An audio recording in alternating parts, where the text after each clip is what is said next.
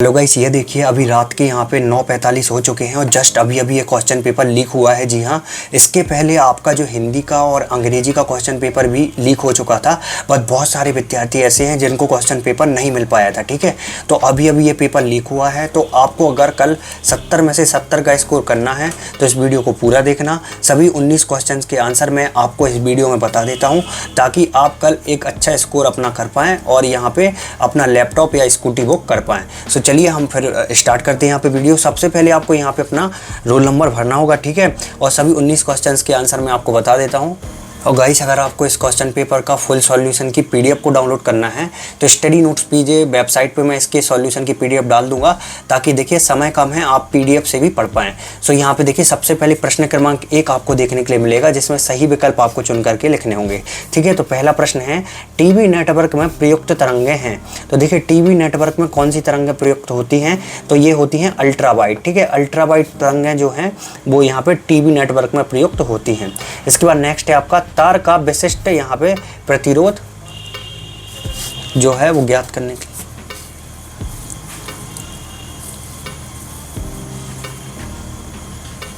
So guys, जैसा कि समय बहुत कम बचा हुआ है इसलिए सभी प्रश्नों के उत्तर मैं थोड़ा आपको स्पीड से बता देता हूं ताकि आपका भी समय बच जाएगा और आप यहां पे साथ साथ में याद भी करते जाएंगे। तो देखिए प्रश्न क्रमांक 1 में सही विकल्प आपके लिए देखने के लिए मिलेंगे जिसमें कि एक नंबर के 7 सही विकल्प आपसे पूछे जाएंगे। तो पहला प्रश्न आपका रहेगा टीवी नेटवर्क में प्रयुक्त होने वाली तरंगें कौन सी हैं। तो जो तरंगें टीवी नेटवर्क में प्रयुक्त होती हैं उनका नाम पूछा गया है। तो अल्ट्रा उच्च आवृत्ति वाली रेडियो तरंगें हैं जो कि यहाँ पे टीवी नेटवर्क में प्रयुक्त होती हैं। एक तार का विशिष्ट प्रतिरोध पूछा गया है, किस पर निर्भर करता है। तो देखिए एक तार का जो विशिष्ट प्रतिरोध है वो हमेशा पदार्थ पर निर्भर करता है। नेक्स्ट है आपका किसी परिपथ में धारा का मापन करने के लिए लगाते हैं तो अमीटर को लगाते हैं। ठीक है, किसी परिपथ में जब हम धारा को नापेंगे तो अमीटर में ही नापेंगे। इसके बाद नेक्स्ट है आपका चुंबकीय क्षेत्र यहाँ पे की तीव्रता का हमें सीजीएस मात्रक बताना था। तो देखिए गास या एस्टेरॉयड होता है। ठीक है, सीजीएस पद्धति में मात्रक पूछा गया था तो गास या एस्टेरॉयड होता है। इसके बाद है आपका यांत्रिक ऊर्जा को विद्युत ऊर्जा में बदलने की युक्ति क्या कहलाती है, तो एसी डायनामो कहलाती है। इसके बाद नेक्स्ट है आपका देखिएगा विद्युत चुम्बकीय तरंगों का गणितीय अनुमान सर्वप्रथम किया था। तो देखिए विद्युत चुम्बकीय गणितीय अनुमान जो है वो मैक्सवेल वैज्ञानिक ने किया था। इसके अलावा है शुद्ध जल के लिए निरपेक्ष अपवर्तनांक का मान क्या होगा, तो 1.33 होगा। सो गाइस, अगर आपको इसके सॉल्यूशन की पीडीएफ डाउनलोड करनी है जल्दी से आप studynotespj.com को चेक कर सकते हैं। मैं जल्दी ही उस पर पीडीएफ डाल दूंगा। ठीक है, सॉल्यूशन की, और मोबाइल से अपने चेक करके बता दूंगा किस प्रकार से आप बहुत ही आसान तरीके से इसके सॉल्यूशन की पीडीएफ को डाउनलोड कर पाएंगे। तो देखिए सेकंड क्वेश्चन आपका दिया गया है, रिक्त स्थान की हमें पूर्ति करनी थी। ठीक है, तो सेकंड क्वेश्चन को हम देख लेते हैं किस प्रकार से सेकंड क्वेश्चन को आपको करना था। देखिए यहाँ पे पहला क्वेश्चन है हमारा, इसमें शंट के उपयोग से धारा मापी की खालिस्तान कम हो जाती है। तो देखिए धारा मापी की सुग्राहिता कम हो जाती है। ठीक है, धारा मापी की क्या कम हो जाती है, सुग्राहिता। कुछ इस प्रकार से आपको लिखना होगा, सुग्राहिता। इसके बाद नेक्स्ट है आपका यहाँ पे देखिएगा ट्रांसफार्मर खालिस्तान के सिद्धांत पर कार्य करता है। तो ट्रांसफार्मर जो है वो आपके अन्योन प्रेरण के सिद्धांत पर कार्य करता है। ठीक है, तो यहाँ पे क्या लिखेंगे आप, अन्योन प्रेरण। कुछ इस प्रकार से आपको अन्योन प्रेरण लिख लेना होगा।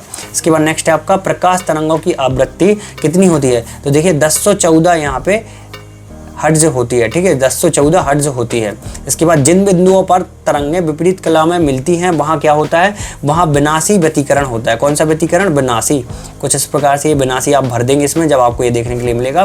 नेक्स्ट है आपका प्रकाश विद्युत प्रभाव की व्याख्या खालिस्तान ने करी थी। तो देखिए प्रकाश विद्युत प्रभाव की जो व्याख्या है वो आइंस्टाइन ने करी थी। ठीक है, यहाँ पे मैं लिख देता हूँ वैज्ञानिक का नाम। थोड़ा सा वैज्ञानिक नाम जो है यहाँ पे पढ़ने में मुझे समस्या हो रही है तो यहाँ पे मैं लिख देता हूँ। ठीक है, आइंस्टाइन। कुछ इस प्रकार से जो भी इसका नाम है सही से आप कमेंट करके बता देना। ठीक है, नेक्स्ट है आपका परमाणु की संरचना का अध्ययन सर्वप्रथम किसने किया था, तो जे थॉमसन ने किया था। ठीक है, जे थॉमसन।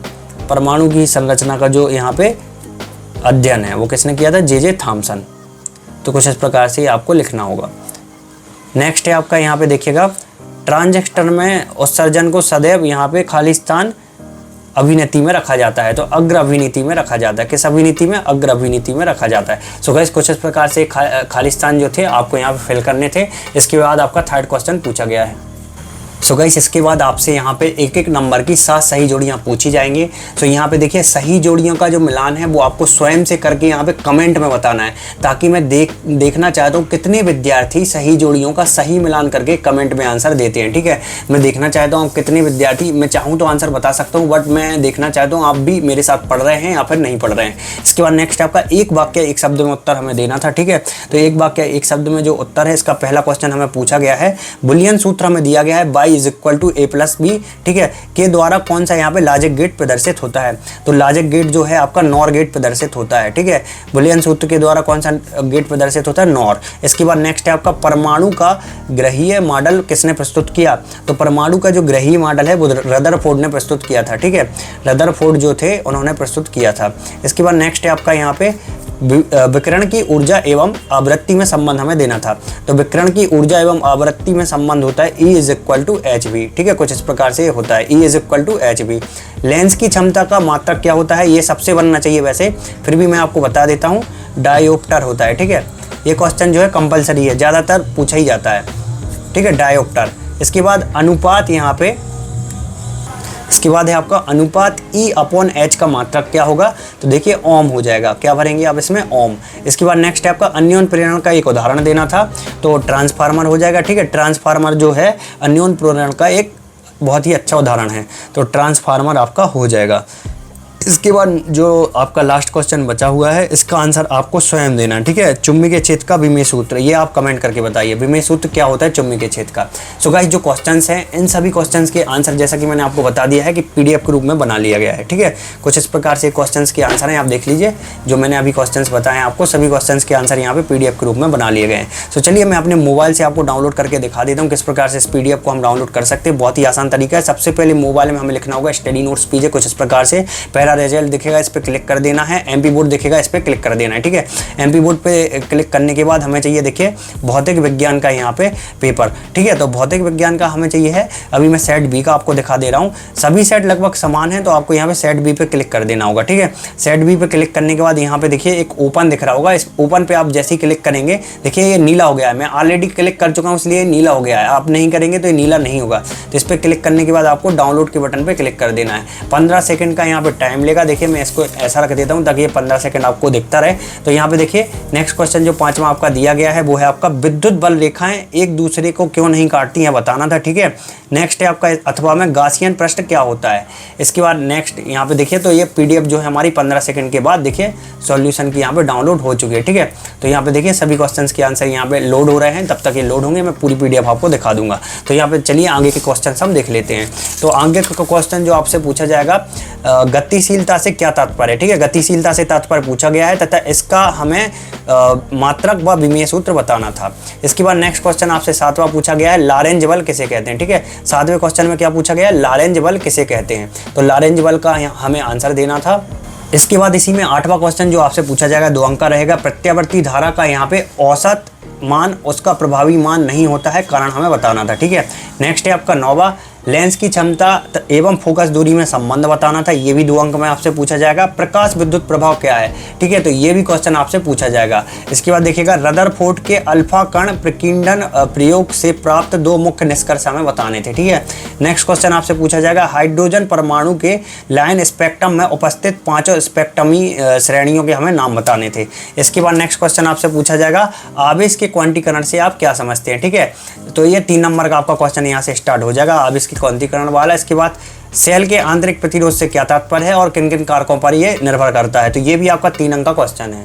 इसके बाद देखिए नेक्स्ट क्वेश्चन, सेल के टर्मिनल विभवांतर से आप क्या समझते हैं। इसके संक्षिप्त में हमें व्याख्या करनी थी तथा यहाँ पे मात्रक देना था। ठीक है, हाइगेन का द्वितीय तरंगिकाओं का यहाँ पे सिद्धांत बताना था या फिर तरंग प्रकाशिकी का सिद्धांत बताना था। ठीक है, 7वां क्वेश्चन से यहाँ पे 4 अंक के क्वेश्चन स्टार्ट हो जाएंगे। तो 7वां क्या पूछा जाएगा, पी एवं एन के अर्धचालक से आप क्या समझते हो और कैसे बनाए जाते हैं। 18वां जो रहेगा आपका 5 अंक का रहेगा। देखिए एक समान चुंबकीय क्षेत्र में गतिमान किसी चालक छड़ के यहाँ पे सिरों में प्रेरित विद्युत वाहक बल के लिए हमें व्यंजक व्युत्पन्न करना था। ठीक है, और अथवा में जो है आपका 2 कुंडलियों वाला जो क्वेश्चन है वो आने वाला है। ठीक है, 2 कुंडली जो दी गई है हमें पी और एस, तो इनका स्वप्रेरकत्व तो क्या दिया गया है, L1 L2, इनके मध्य हमें यहाँ पे फ्लक्शन युग्मन ज्ञात करना है और सिद्ध करना है कि जो m is equal to root के अंदर L1 L2 होगा। ठीक है, गोलीय दर्पण के लिए हमें यहाँ पे जो व्यंजक है ये व्युत्पन्न करके बताना है, और अथवा हमें देखिए सरल सूक्ष्मदर्शी निम्नलिखित आधार पर हमें वर्णन करना है। देखिए जो आधार हैं उनको देख लीजिए आप, किन किन आधार पर वर्णन करना है। सो गाइस चलिए मैं आपको दिखा देता हूँ जो क्वेश्चन है, इनके आंसर देख लीजिए आप। जो PDF हमने डाउनलोड करी थी अभी, देखिए सभी क्वेश्चन के आंसर यहाँ पे लगभग आपको मिल जाएंगे। ठीक है, तो जो PDF हमने डाउनलोड करी थी इसी PDF में सभी क्वेश्चन के आंसर यहाँ पे दिए गए हैं। सो बस आपको इस PDF को डाउनलोड कर लेना है। studynotespj.com पर जाकर के आपको ये PDF मिल जाएगी, और नहीं मिलती है तो टेलीग्राम ग्रुप पे जा सकते हैं, स्टडी नोट्स पीजे टेलीग्राम ग्रुप।